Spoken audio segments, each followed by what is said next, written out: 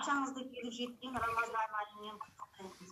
Бүгін Жезқазған қаласындағы орталықтандырылған кітапханалар жүйесіне қатысты Мұхтар Әуезов атындағы кітапхана филиалының ұйымдастыруымен кітапханамыздың оқырманы бірнеше республикалық және облыстық байқаулардың жүлдегері жас ақын бебеу өлеңдер жинағының авторы Ораз Абай Амангелдіұлымен онлайн жүргізіп отырмыз. Қайырлы күн, құрметті көрермендер, құрметті кітапхана ұжымы. Ең алдымен баршаңызды қасиетті Рамазан айының келуімен, оразаның басталуымен шын жүректен құттықтаймын. Бұл мұсылмандар үшін ең ұлық мереке, сондықтан да баршамыздың тұтқан оразамыз және қылған дұға тілек ниеттеріміз, құлшылықтарымыз қабыл болсын. Амин, айтқаныңыз келсін. Абай Амангелдіұлы, бүгінгі тікелей эфирімізге қош келдіңіз. Кітапхана меңгерушісі Анар Жанатқызы боламын. Жақсы. Өнер мен жетістігін насихаттау кітапханашылардың басты міндеті. Бүгінде өзіңізді үлгі тұтатын, сіз жайлы толығырақ білгісі келетін жастарымыз жетерлік. Берілген уақытымызды тиімді пайдаланып, сұхбатымызды бастайық. Бірінші, әлеуметтік желідегі оқырмандарыңызға өзіңізді таныстырып өтсеңіз, және сіздің қалам ұстап шабыт тұлпарына мінуіңізге, поэзия әлеміне келуіңізге не себеп болды? Жақсы, рахмет. Ең алдымен Жезқазған қаласындағы Мұхтар Әуезов атындағы кітапхана ұжымына осындай онлайн кездесу ұйымдастырған үшін зор алғысымды білдіремін. Расымен де өзімді қысқаша таныстырып өтуге рұқсат етіңіздер. Мен Абай Ораз, Сәтбаев қаласында 94 жылы тудым. Осы жақта оқыдым, мектепте де осы жақта бітірдім. Қарағанды болашақ университетінде студенттік күнім сол Қарағандыда өтті. Сол университеттің филология факультетін тәмамдадым 2016 жылы. Еңбек жолымды Жезқазған қаласындағы медициналық колледжде мұғалім болып бастадым. Қазақ тілі әдебиеті бойынша, өзімнің бітірген салам бойынша. Одан кейін қазір Сәтбаев қаласындағы әкімдікте қала әкімінің баспасөз хатшысы болып қызмет етемін. Мемлекеттік қызметтемін дәл қазір. Өздеріңіз көріп отырғандай, дәл қазір мен жұмыста отырмын. Мына карантин енгізілгеннен кейін барлық аймақтарда осындай кітапханалар, басқа да мекемелер онлайн жүздесулер ұйымдастырып өте үлкен іс-шараны қолға алып отыр. Мен сол үшін өте қуанышты болып жүрмін соңғы кездері. Расымен де кітапхана адам баласы үшін үлкен азық беретін орта, адам баласы үшін үлкен мектеп. Сондықтан да дәл қазіргі уақытта қолы бос адамзатқа қолына кітап ұстау керек деп есептеймін өз басым. Енді өлең әлеміне, мына поэзияға мектеп кезінен бала жастан өте қатты қызықтым. Мен ауылда атам мен әжемнің қолында өскен баламын. Аллаға шүкір, қазіргі уақытта атам мен әжемнің көзі тірі, екеуі де 90-ға жақындап қалды.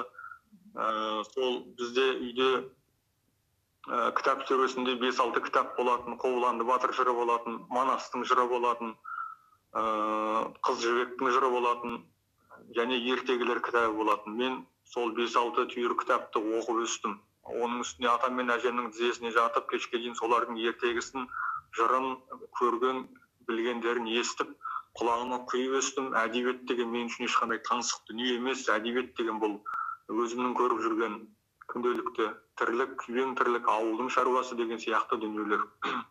Сондықтан да өлеңге келумен ең алдымен ықпал еткен сол кітаптар әлем болды. Одан кейін өзімнің жан-жағым болды. Қарап отырсаңыз, әдебиет деген кейіпкер дегені сіздің жан-жағыңызда жүрген адамдар. Ал негізі өлең жазуға машықтандырған мені әкем. Алғаш қолыма қалам ұстатып, өлең деген мынандай болады, ұйқас деген мынандай болады, буын деген мынандай болады деп сол барлығын санап үйреткен әкем болатын. Бебеу атты өлеңдер жинағының тұсаукесерін оқырмандарыңыз асыға күтіп жүр. Амандық болса, кітапхана сөрелерінен табылады деп ойлаймыз. Кітаптың бұлай аталуы неде?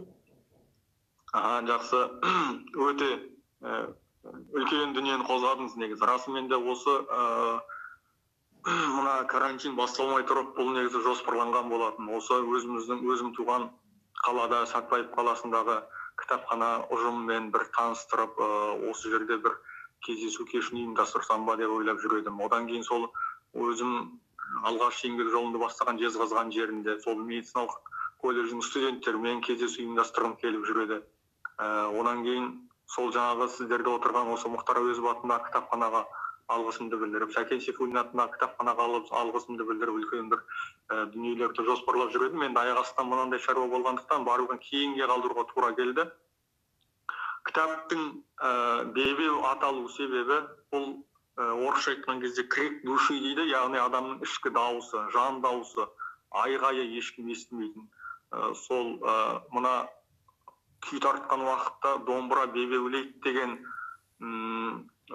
тіркес бар. Сол күй тартқан уақытта бебеу қаққан деген тіркес бар. Сол домбыраның жаңағы күйдің шарықтау шегіне жеткен кезін бебеу деп атайды. Сондықтан да адамның да ішкі бір айғайы болады, ешкімге айтып жеткізе алмайтын. Сол дүниенің барлығы ақтарылып деп осындай бебеуге деп құйылды. Сондықтан да кітаптың атауы бебеу болды. Өте тамаша, рахмет. Осы өлеңдер жинағыңыздан бір өлең оқып берсеңіз, оқырмандарыңызға. Міндетті түрде.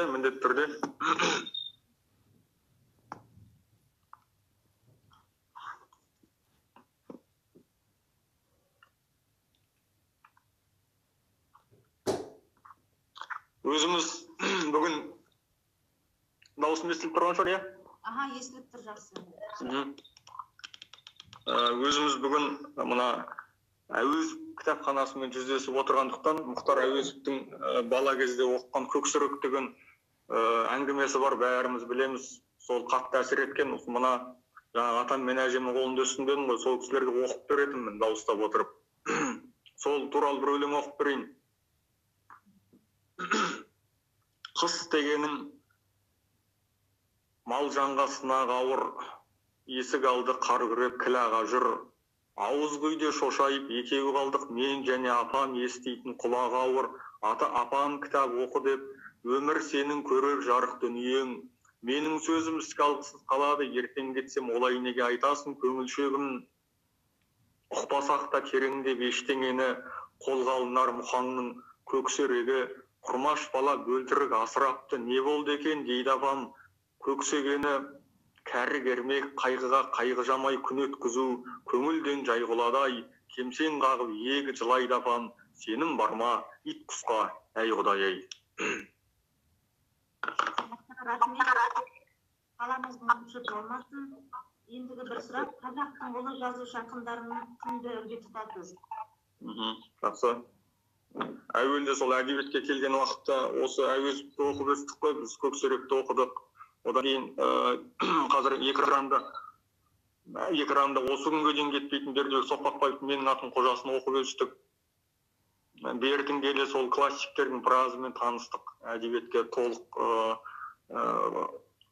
қадам басқаннан кейін, әдебиет өмірлік азығымыз болғаннан кейін Қалихан Ысқақты ең алдымен айтқым келеді. Қалихан Ысқақ мына Шығыс Қазақстан облысы қасиетті Қатонқарағайда, қасиетті Ақсуда өмір кешкен ғажайып жазушы. Одан кейін Асқар Сүлейменовті айтқым келеді. Оңтүстікте Қаратаудың бойын мекен еткен. Одан кейін Қарауылбек Қазиев деген жазушы бар, өмірден ертерек кетіп қалды. Мен үшін үлкен құнды дүниелер менің ойымда қалды осы уақытқа дейін оқығандарымнан. Одан кейін Сайын Мұратбек деген жазушы бар. Бала кезден оқып өстік, жабай алма, көкөнай дейтін әңгімелер болды. Сол енді классиктердің көбі бұл мына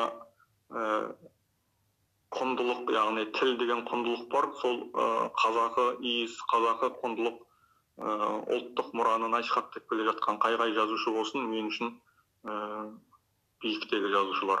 Енді үлгі тұту деген, менің ұғымымда үлгі тұту деген соның істеген дүниесін істеу, соның жазған дүниесін әрі қарай алып кету деген сияқты дүние емес. Менің ұғымымда үлгі тұту деген бұл әр қайсысының бір жақсы қасиеттерін өз бойына жұқтыру. Біреудің әдебиетке адалдығы деген өте қатты ұнайды, мысалға.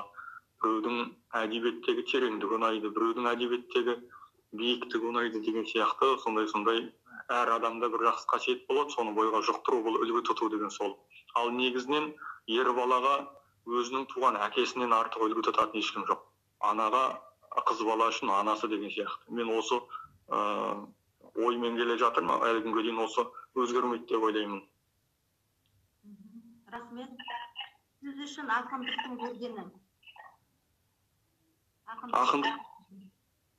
Ақындық берілген дейсіз бе? Сіз үшін ақындықтың бергені? Не берді дейсіз ғой? Иә, түсіндім. Ең алдымен сөздің қадірін түсінуді үйретті маған. Өлең деген сөздің қадірін түсіну, қазақ айтады, сөз қадірім, өз қадірім деп айтады мысалға. Ердің қадірін, қазақта өзі үш дүниенің құны болады, биік. Ердің қадірі болады, елдің қадірі болады, осы екеуінен жоғары тұратын сөздің қадірі болады. Өйткені қазақ сөзге тоқтаған, сондықтан да осы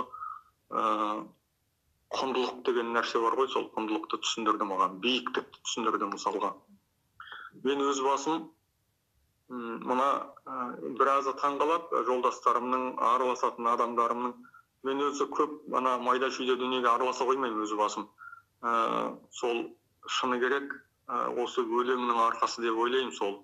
Мысалға мен мынау телевизорда болып жататын КВН дегенге, немесе ән, әуез дегенге, мына қазір сахнада жүрген біраз дүниелерді өз басым қабылдай қоймаймын. Мен үшін бір түрлі бұл бір ұят нәрсе сияқты болып, сондай болып жүреді негізі. Сондай дүниелерін жалпылама. Менің көзқарасымда бәрі биік болу керек. Рахмет. Бүгін бірнеше болған мына астындағы сұрақтарға жауап беріп өтсеңіз, сіздің төлқұжат өлеңіңіз бар ма дейді. Төлқұжат өлеңіміз, төлқұжат өлең түсіндім. Төлқұжат деген не нәрсе деп отырмын. Осы бір ақынды айтсаңыз мысалға, сол бір керемет өлең өзінің төлқұжаты сияқты болып тұрады ғой. Менің енді өзімнің ортамның, әдебиеттегі ортамның айтуы бойынша менің төлқұжат өлеңім бала кездегі бір өлең деген бар. Сол өлең болса керек, сол студент кезде жазылды, содан бері әлі оқып келе жатырмын. Алғашқы өлеңіңіз қандай, қанша жасыңызда жаздыңыз деп бір кісі сұрақ қойыпты. Алғашқы өлеңім, енді өлең деген нәрсе бар, шимай шаппақ, тақпақ деген нәрсе бар ғой. Мектеп кезінде жазылғанның барлығы өлең емес, ол алғашқы қадам, өлеңге деген ынта жігер, бала кезде жазылғанның біреуі де жоқ қазір менің қолымда, компьютерімде сақталып тұрған шығар, бәлкім осы кітапта жоқ деген сөзім ғой. Мектеп кезінде жаздым, сол тақпақтар, шимай шаппақ, отанға деп, енді барлығының алғашқы қадамы солай басталады ғой, тәуелсіздік деп басталады, анаға деп басталады, атаға деп басталатын сияқты сондай өлеңдер болды. Ал негізінен осы өлеңге ұқсайды деп жазған бір өлеңім бар. Ол сағыныш деп аталады, ол студент кезде жазылды. Бірақ өкінішке орай кітабымда жоқ. Мен жаңа төлқұжат өлеңімді тауып алып, соны оқып бергім келіп отыр қазір. Бала кездегі бір өлең. Үйделем болмаған соң жарам жеңіл, сондықтан қамығады шабан көңіл. Мен едім шардараны шаңға көмген, шабдартай тақымдаған шабан дозыл. Бозарса құлан ек құлағырда, келеді жарауаттай күн адырға.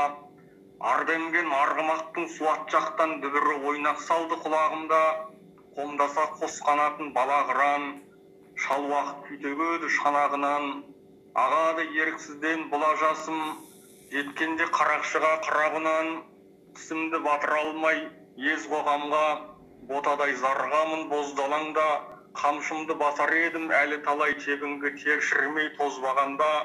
Жазылмай маңдайының қыртысы мың, білетін біздің шалдар жылқы сырын.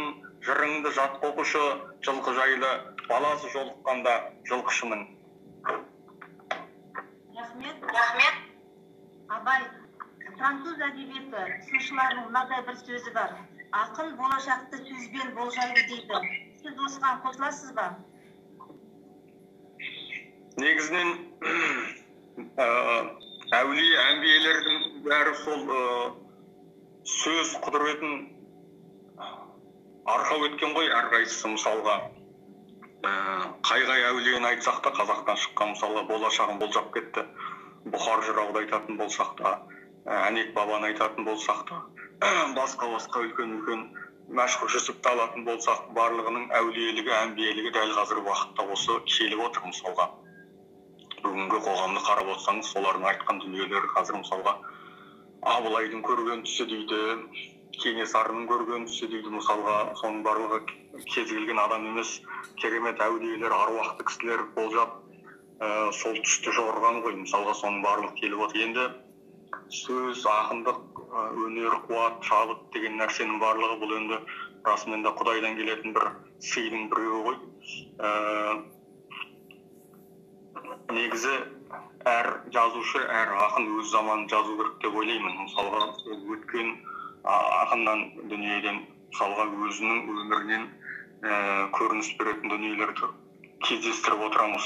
Сол заманда осындай болған екен ғой деген сияқты. Мысалға тарихшыларда, зерттеушілерді айтып жатады, мына ақынның осындай сөзіне сүйенсек, яғни сол уақытта осындай болған екен дейді.